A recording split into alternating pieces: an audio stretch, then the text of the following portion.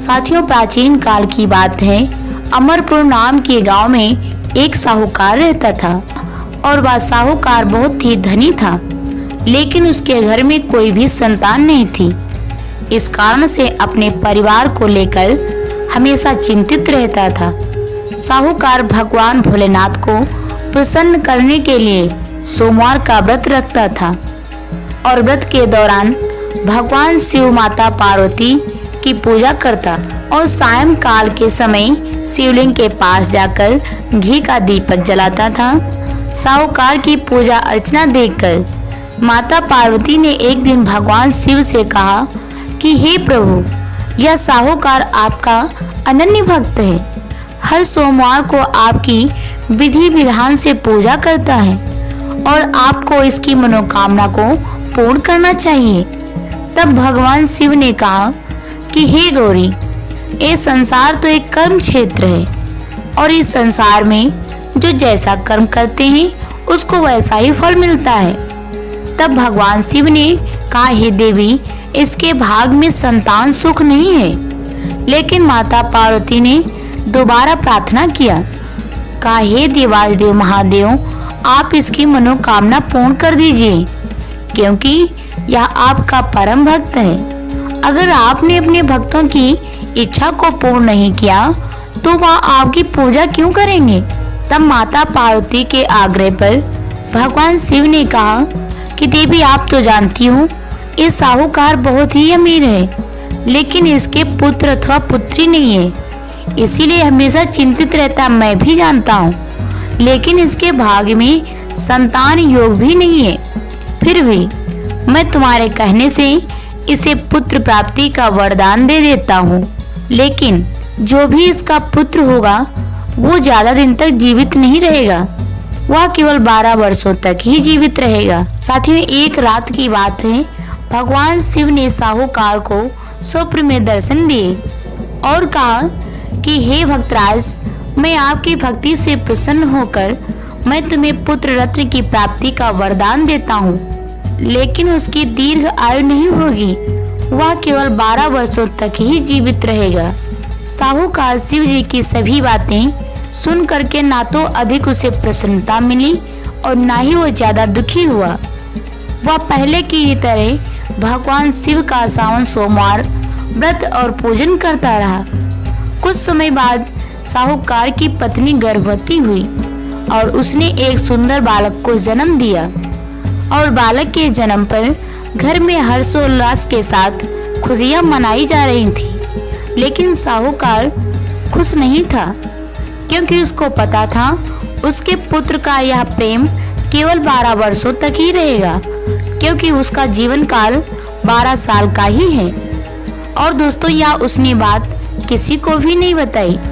और जब उस साहूकार का बेटा यानी कि अमर 11 साल का हुआ तो उसने पढ़ने के लिए अर्थात विद्या अध्ययन करने के लिए काशी भेज दिया और साहूकार ने अपने बालक के मामा यानी कि अपने साले दीपचंद को बुलाया और धन देकर बालक के साथ काशी जाने की आज्ञा दी। फिर साहूकार ने अपने बेटे अमर और साले से कहा कि वे काशी जाते हुए रास्ते में यज्ञ करते हुए ब्राह्मणों को भोजन कराते हुए जाइए। दोस्तों, मामा और भांजे दोनों ने ऐसा ही किया। जाते जाते वे एक राजधानी में पहुंच गए, जहां की राजकन्या चंद्रिका का उस दिन विवाह था।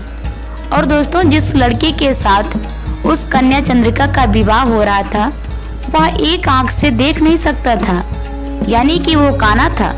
और उस राजकुमार के पिता को चिंता हो रही थी कि कहीं ऐसा ना हो दूल्हे को देखकर यानी कि हमारे बेटे को देखकर शादी के लिए कन्या मना ना कर दे। इसलिए जब उसने साहूकार के बेटे को देखा तो उसने सोचा अपने बालक के स्थान पर इस बालक को शादी तक बैठा दूंगा और कन्या पक्ष को भी नहीं पता चलेगा। दूल्हे के पिता ने साहूकार के बेटे को इस बात के लिए मना लिया और फिर साहूकार के लड़के ने दूल्हे के कपड़े पहनकर और हाथ में तलवार लेकर और घोड़े पर चढ़कर तोरण की रस्म पूरी की। तोरण के बाद जब फेरों की बारी आई तो दूल्हे के पिता ने साहूकार के पुत्र से अनुरोध किया यानी कि प्रार्थना किया कि वे दुल्हन के साथ फेरे लें और जब विवाह संपन्न हो जाए तो यह बात किसी को भी न बताएं। और उसका मामा भी राजी हो गया और विवाह समारोह भी निपट गया। और शादी संपन्न होने के बाद मामा और भांजे दोनों काशी के लिए चल पड़े। परंतु साहूकार के बेटे ने दुल्हन की चुनरी के पल्ले पर कुछ शब्द लिख दिए कि तुम्हारी शादी तो हमसे हुई है, लेकिन जिसके साथ तुम्हारी विदाई होगी वो एक आंख से काना है और मैं तो काशी में शिक्षा ग्रहण करने के लिए जा रहा हूँ। जब राजकुमारी ने यह बात पढ़ी तो उसने राजकुमार के साथ जाने से इनकार कर दिया और उसने अपने पिता से कहा, यह मेरा पति नहीं है, हमारा पति तो काशी में शिक्षा ग्रहण करने गया है। जब सब जगह यह बात फैल गई, चारों तरफ चर्चा होने लगी, तो दूल्हे के पिता को सब सच सच बताना पड़ा और दुल्हन के पिता ने भी अपनी बेटी को भेजने से मना कर दिया। और उधर मामा और भांजे दोनों काशी पहुंच गए और वहां अमर भी विद्या अध्ययन करने लगा। अमर के मामा ने यज्ञ कराना भी शुरू कर दिया। जब अमर की उम्र 12 साल की हो गई तब एक दिन की बात है, अमर ने अपने मामा से कहा कि हमारी तबीयत कुछ सही नहीं है और वह सोने के लिए अंदर जा रहा है। और साहूकार का बेटा अंदर जाकर सो गया और वहीं उसकी मृत्यु हो गई। कुछ देर बाद मामा अंदर जब पहुंचा तो उन्होंने अपने मरे भांजे अमर को देखा तो वह बहुत दुखी हुए, किंतु उन्होंने अपने मन में सोचा, यदि हमने रोना पीटना शुरू किया तो ब्राह्मण यहाँ से चले जाएंगे और उनका यज्ञ का कार्य भी अधूरा रह जाएगा। इसीलिए मामा ने वापस जाकर यज्ञ संपन्न कराया और ब्राह्मणों को भोजन कराने के बाद मामा अपने मृत भांजे को देखकर रोने लगे। उसी समय वहीं से शिव और पार्वती जी गुजर रहे थे, यानी कि जा रहे थे। तब माता पार्वती ने किसी के रोने की आवाज सुनी। माता पार्वती ने शिव जी से पूछा, हे प्रभु, यह तो किसी मनुष्य के रोने की आवाज है, चलो चल करके देखते हैं। माता पार्वती और शिव जी दोनों लोग जब उसके मामा के पास में पहुँचे तो बालक को देखकर हैरान रह गए, क्योंकि वह तो भोलेनाथ के आशीर्वाद से जन्मा साहूकार का पुत्र था। माता पार्वती ने कहा, हे नाथ, यह तो साहूकार का पुत्र है जिसको आपने केवल 12 वर्ष का जीवन दान दिया था। माता पार्वती ने बालक को देखा तो उन्हें दया आ गई। तब उन्होंने शिव जी से कहा, हे प्रभु, इस बालक को जीवन दान दे दीजिए, वरना इसके माता पिता बहुत विलाप करेंगे, कहीं ऐसा ना हो कि वो जीते जी मर जाएं। तब माता पार्वती के दोबारा आग्रह करने पर, प्रार्थना करने पर भगवान शिव ने उनकी बात मान ली और उसे जीवन दान दे दिया, यानी कि पुनः जीवित कर दिया।